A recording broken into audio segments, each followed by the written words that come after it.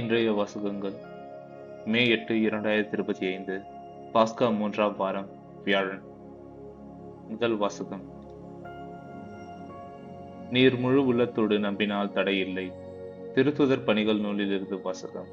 அந்நாட்களில் ஆண்டவரின் தூதர் பிலிப்பிடம், நீ எழுந்து எருசலேமிலிருந்து காசாவுக்கு செல்லும் வழியாய் தெற்கு நோக்கி போ என்றார். அது ஒரு பாலை நிலப்பாதை. பிலிப்பு அவ்வாறே புறப்பட்டு போனார். அப்போது எத்தியோப்பிய அரச அலுவலர் ஒருவர் எருசலேம் சென்று கடவுளை வணங்கிவிட்டு திருப்பி சென்று கொண்டிருந்தார். அவர் ஓர் அலி, எத்தியோப்பிய அரசியான கந்தகியின் நிதியமைச்சர். அவர் தமது தேரில் அமர்ந்து எசாயாவின் இறைவாக்கு நூலை படித்துக் கொண்டு சென்றிருந்தார். தூய ஆவியார் பிலிப்பிடம், நீ அந்த தேரை நெருங்கி சென்று அதனோடு கூடவே போ என்றார். பிலிப்பு ஓடிச் சென்று அவர் எசாயாவின் இறைவாக்கு நூலை வாசிப்பதை கேட்டு, நீர் வாசிப்பதன் பொருள் உமக்கு தெரிகிறதா என்று கேட்டார். அதற்கு அவர், யாராவது விளக்கி காட்டாவிட்டால் எவ்வாறு என்னால் தெரிந்து கொள்ள முடியும் என்று கூறி தேரில் ஏறி தன்னோடு அமருமாறு பிலிப்பை அழைத்தார். அவர் வாசித்துக் கொண்டிருந்த மறைநூல் பகுதி பின்வருமாறு: அடிப்பதற்கு இழுத்துச் செல்லப்பட்ட ஆட்டுக்குட்டி போலும், ரோமம் கத்தரிப்போரின் முன்னிலையில் கத்தாத செம்மறி போலும் அவர் தம் வாயை திறவாதிருந்தார். தாழ்வுற்ற நிலையில் அவருக்கு நீதி வழங்கப்படவில்லை. அவருடைய தலைமுறையை பற்றி எடுத்துரைப்பவன் யார்? ஏனெனில் அவருடைய உயிர்தான் எடுக்கப்பட்டு விட்டதே. அவர் பிலிப்பிடம், இறைவாக்கினர் யாரை குறித்து இதை கூறுகிறார்? தம்மை குறித்தா அல்லது மற்றொருவரை குறித்தா? தயவு செய்து கூறுவீரா என்று கேட்டார். அப்போது பிலிப்பு இந்த மறைநூல் பகுதியில் இருந்து தொடங்கி இயேசுவை பற்றிய நற்செய்தியை அவருக்கு அறிவித்தார். அவர்கள் போய்கொண்டிருந்த வழியில் தண்ணீர் இருந்த ஓர் இடத்துக்கு வந்தார்கள். அப்போது அவர், இதோ தண்ணீர் உள்ளதே, நான் திருமுழுக்கு பெற ஏதாவது தடை உண்டா என்று கேட்டார். அதற்கு பிலிப்பு, நீர் முழு உள்ளத்தோடு நம்பினால் தடையில்லை என்றார். உடனே அவர், இயேசு கிறிஸ்து இறைமகன் என்று நம்புகிறேன் என்றார். உடனே அமைச்சர் தேரை நிறுத்த கூறினார்.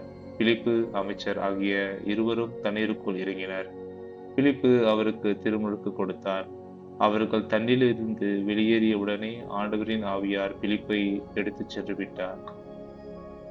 அமைச்சர் அதன் பின் அவரை காணவில்லை. அவர் மகிழ்ச்சியோடு தம் வழி சென்றார். பின்பு பிலிப்பு ஆசோத்து என்னும் இடத்தில் காணப்பட்டார். செசாரியா போய் சேரும் வரை அவர் சென்ற நகரங்களில் எல்லாம் நற்செய்தியை அறிவித்தார். இது ஆண்டவரின் அருள்வாக்கு. இறைவா உமக்கு நன்றி. பதிலுரை பாடல். பல்லவி. அனைத்துலகோரே கடவுளை போற்றி ஆர்ப்பரியுங்கள். மக்களினங்களே நம் கடவுளை போற்றுங்கள். அவரை புகழ்ந்து பாடும் ஒலி கேட்க செய்யுங்கள். நம்மை உயிர் வாழ செய்தவர் அவரே. அவர் நம் கால்களை இடற விடவில்லை. பல்லவி. அனைத்துலகோரே கடவுளை போற்றி ஆர்ப்பரியுங்கள். கடவுளுக்கு அஞ்சி நடப்போரே அனைவரும் வாரீர், கேளீர். அவர் எனக்கு செய்ததனை எடுத்துரைப்பேன். அவரிடம் மன்றாட என் வாய் திறந்தது. அவரை ஏந்தி புகழ என் நாய் எழுந்தது. பல்லவி. அனைத்துலகோரே கடவுளை போற்றி ஆர்ப்பரியுங்கள். என் மன்றாட்டை புறக்கணியாத கடவுள் போற்றி. தம் பேரன்பை என்னிடமிருந்து நீக்காத இறைவன் போற்றி. பல்லவி. அனைத்துலகோரே கடவுளை போற்றி ஆர்ப்பரியுங்கள். நற்செய்தி வாசகம். விண்ணகத்திலிருந்து இறங்கி வந்த வாழ்வு தரும் உணவு நானே. யோவான் எழுதிய தூய நற்செய்தியிலிருந்து வாசகம். அக்காலத்தில் இயேசு எதிர்களை பார்த்து கூறியது, என்னை அனுப்பிய தந்தை ஈர்த்தாலொழிய எவரும் என்னிடம் வர இயலாது. என்னிடம் வருபவரை நானும் இறுதி நாளில் உயிர்த்தெழச் செய்வேன். கடவுள் தாமே அனைவருக்கும் கற்றுத்தருவார் என இறைவாக்கு நூல்களில் எழுதியுள்ளது. தந்தைக்கு செவிசாய்த்து அவரிடமிருந்து கற்றுக்கொண்ட அனைவரும் என்னிடம் வருவர்.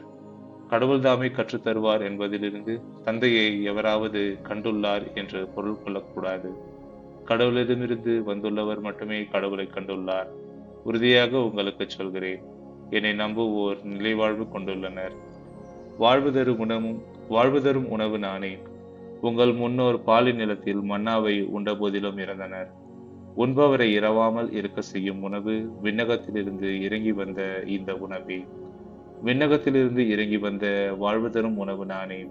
இந்த உணவை எவராவது உண்டால் அவர் என்றுமே வாழ்வார். எனது சதையை உணவாக கொடுக்கிறேன். அது உலகு வாழ்வதற்காகவே கொடுக்கிறேன். இது ஆண்டவரின் அருள்வாக்கு. இறைவா உமக்கு நன்றி.